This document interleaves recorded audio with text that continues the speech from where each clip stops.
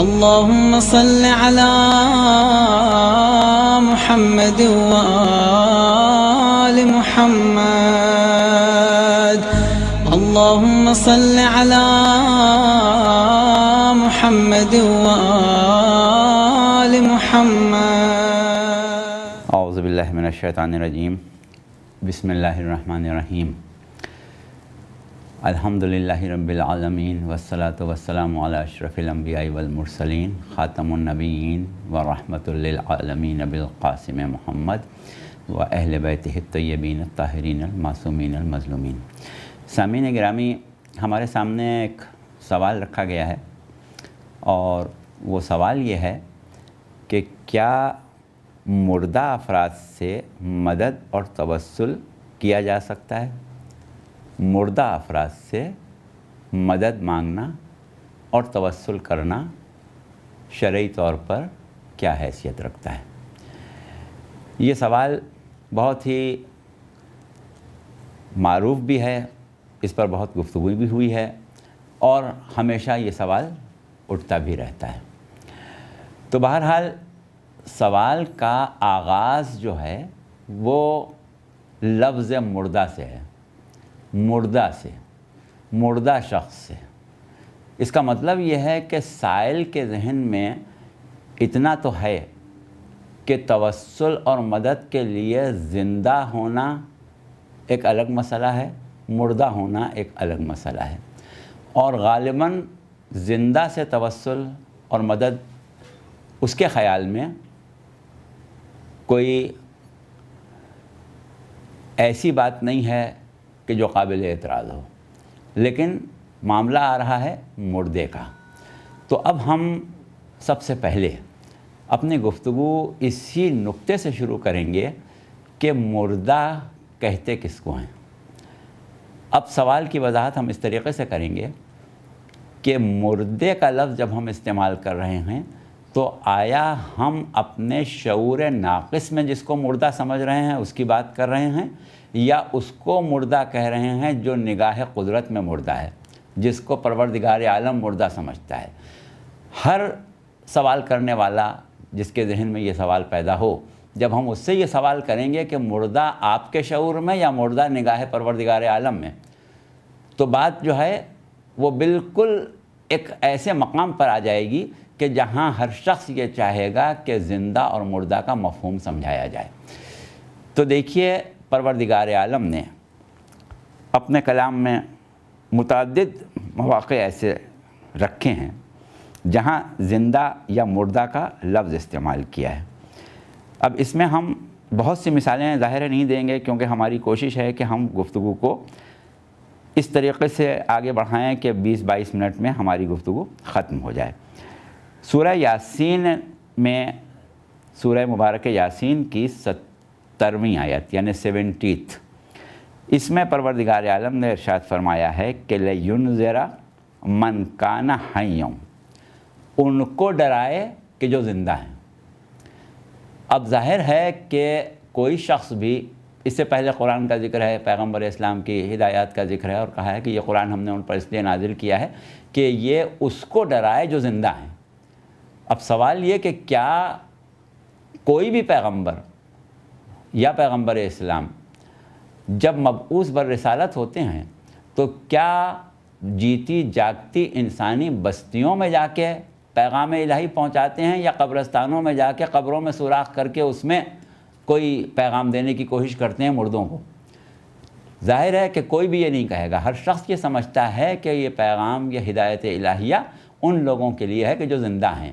اب یہ تخصیص کرنا کہ رسول صرف زندوں سے بات کریں، مردوں سے بات نہ کریں، مردوں کے لیے کوئی ضرورت نہیں ہے. مردے ہدایت نہیں حاصل کریں گے، ہدایت وہ حاصل کرے گا جو زندہ ہے. تو اس کا مطلب یہ کہ معاشرے انسانی میں جو لوگ بظاہر ہمارے حساب سے زندہ ہیں، چل رہے ہیں، پھر رہے ہیں، کھا رہے ہیں، پی رہے ہیں، بول رہے ہیں، دنیا کے کاروبار کر رہے ہیں، ان میں بھی نگاہ قدرت میں تخصیص ہے. کچھ زندہ ہیں، کچھ مردہ ہیں. نہ ہر شخص زندہ ہے، نہ ہر شخص مردہ ہے. تو پروردگار عالم اپنی نگاہ میں زندگی اور موت، زندہ اور مردہ کا ایک خاص تصور اپنے کلام میں، اپنی ہدایات میں عالم انسانیت کے سامنے رکھ رہا ہے۔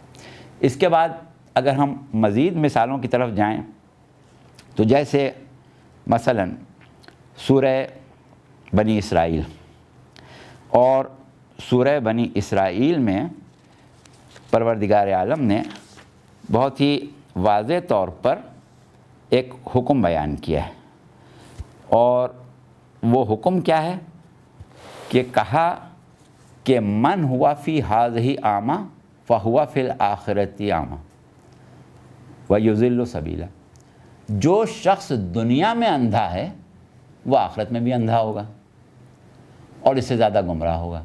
اب اس کے اگر آپ ظاہری معنی لیں تو کون سا مفسر اور کون سا سمجھدار مسلمان ایسا ہے جو اس کا یہ مطلب لے کہ اگر کسی مومن کی دنیا میں بینائی جاتی رہی، موتیا خراب ہو گیا یا اندھا پیدا ہو گیا تو قیامت میں اندھا ہوگا، آخرت میں اندھا ہوگا، جنت میں اندھا گھومتا رہے گا؟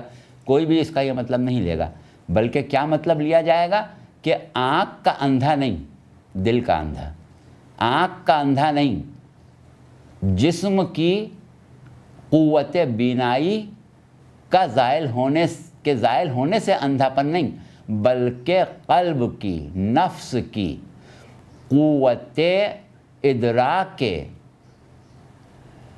رشتہ عبد و معبود کا زائل ہو جانا، حق کی قبولیت کا مفقود ہو جانا، اس کے لیے اندھے کا لفظ استعمال کیا گیا اور کہا دنیا میں اندھا ہے تو آخرت میں بھی اندھا ہوگا۔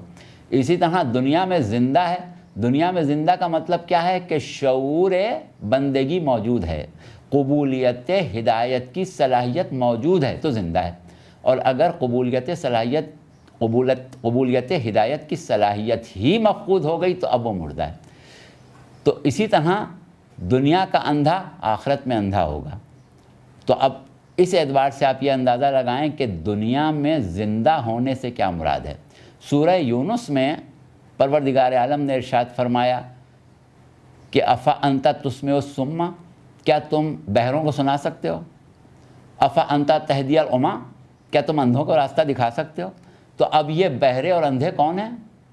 یہ وہ ہیں کہ جو سن بھی رہے ہیں، سمجھ بھی رہے ہیں، سازشیں بھی کر رہے ہیں، اچھی طرح سے دیکھتے بھی ہیں، اور ہر قسم کی ان میں جسمانی قوتیں موجود ہیں، لیکن اللہ ان کو کیا کر رہا ہے؟ یہ اندھے ہیں، یہ بہرے ہیں۔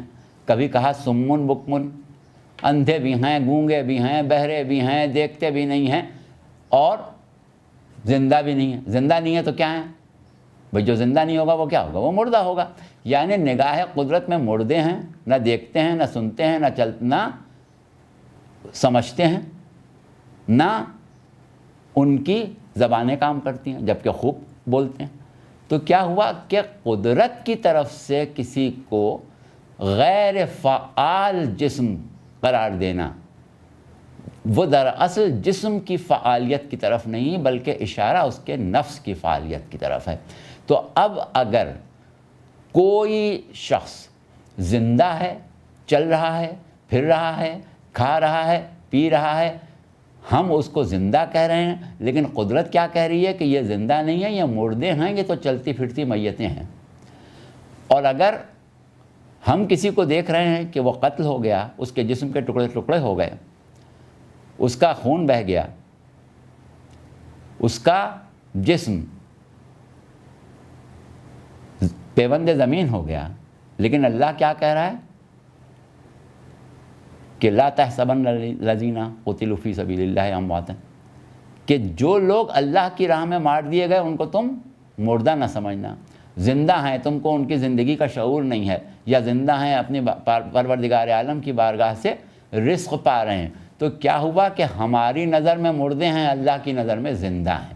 تو اب ہماری گفتگو کا لب لباب کیا ہوا کہ پوچھا جا رہا ہے کہ مردے سے توسل کر سکتے ہیں، مردے سے مدد مانگ سکتے ہیں، مردے کے پاس جا سکتے ہیں۔ تو سوال یہاں پر یہی ہے کہ اگر وہ نگاہ قدرت میں مردہ ہے تو آپ کی نظر میں زندہ بھی ہو تو نہ آپ اس سے توسل کریں، نہ آپ اس سے مدد مانگیں، نہ اس سے آپ اپنا کوئی تعلق رکھیں۔ اور اگر آپ کی نظر میں مردہ ہے لیکن اللہ کی نظر میں زندہ ہے تو پھر وہ ایسا زندہ ہے کہ اس کی زندگی کا دائرہ کار مزید وسیع ہو چکا ہے۔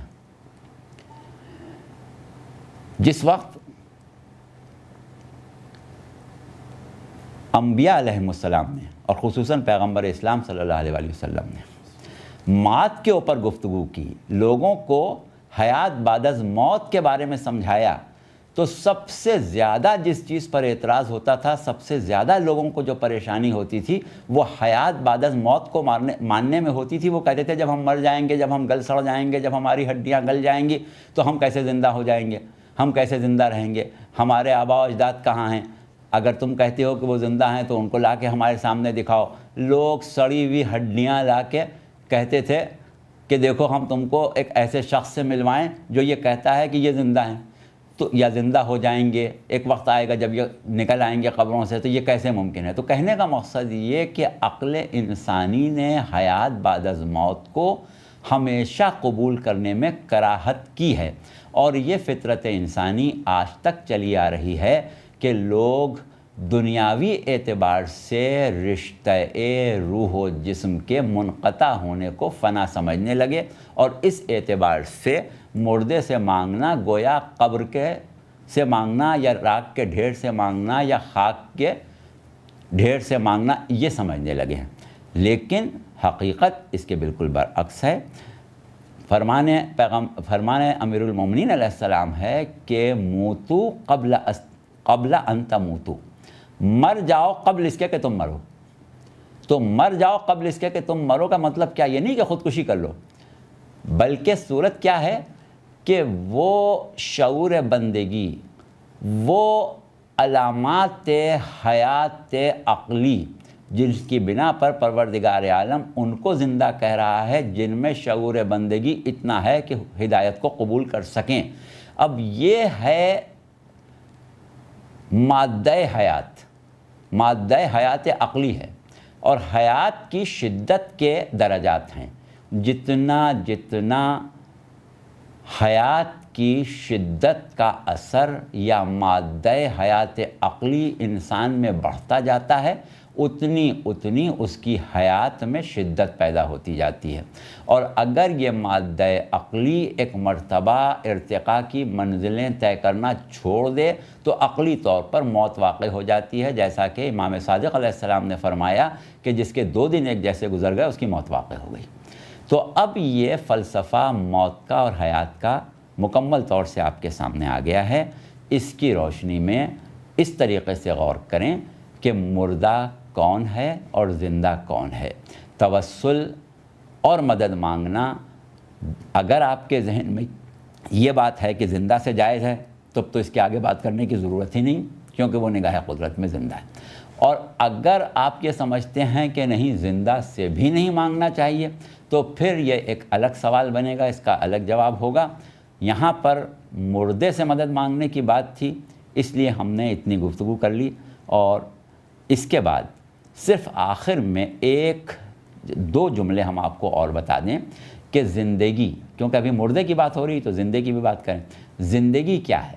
زندگی کی کیفیات مختلف ہوتی ہیں اور قوت حیات کی شدت مختلف ہو سکتی ہے، لیکن لوازم حیات ہیں کچھ کہ جن سے حیات مرتب ہوتی ہے۔ ایک چیز ہے حیات وجود، ایک چیز ہے گرد و نواح کا ماحول، ایک چیز ہے اختیار کا دائرہ، اور ایک چیز قوت یا شدت۔ یہ چیزیں جب جمع ہوتی ہیں تو حیات وجود میں آتی ہے۔ اب اگر انسان دنیا میں ایمان، تقوی، معرفت، تزکیہ اور وہ تمام چیزیں کہ جو قوت حیات میں یا مادہ حیات میں شدت پیدا کرتی ہیں دنیا میں پیدا کر لے، تو پھر وہ دنیا میں بھی زندہ ہے اور ظاہری موت کے بعد بھی زندہ ہے، اور نہ پیدا کر سکے تو دنیا میں بھی مردہ ہے اور ظاہری موت کے بعد بھی مردہ ہے۔ والسلام۔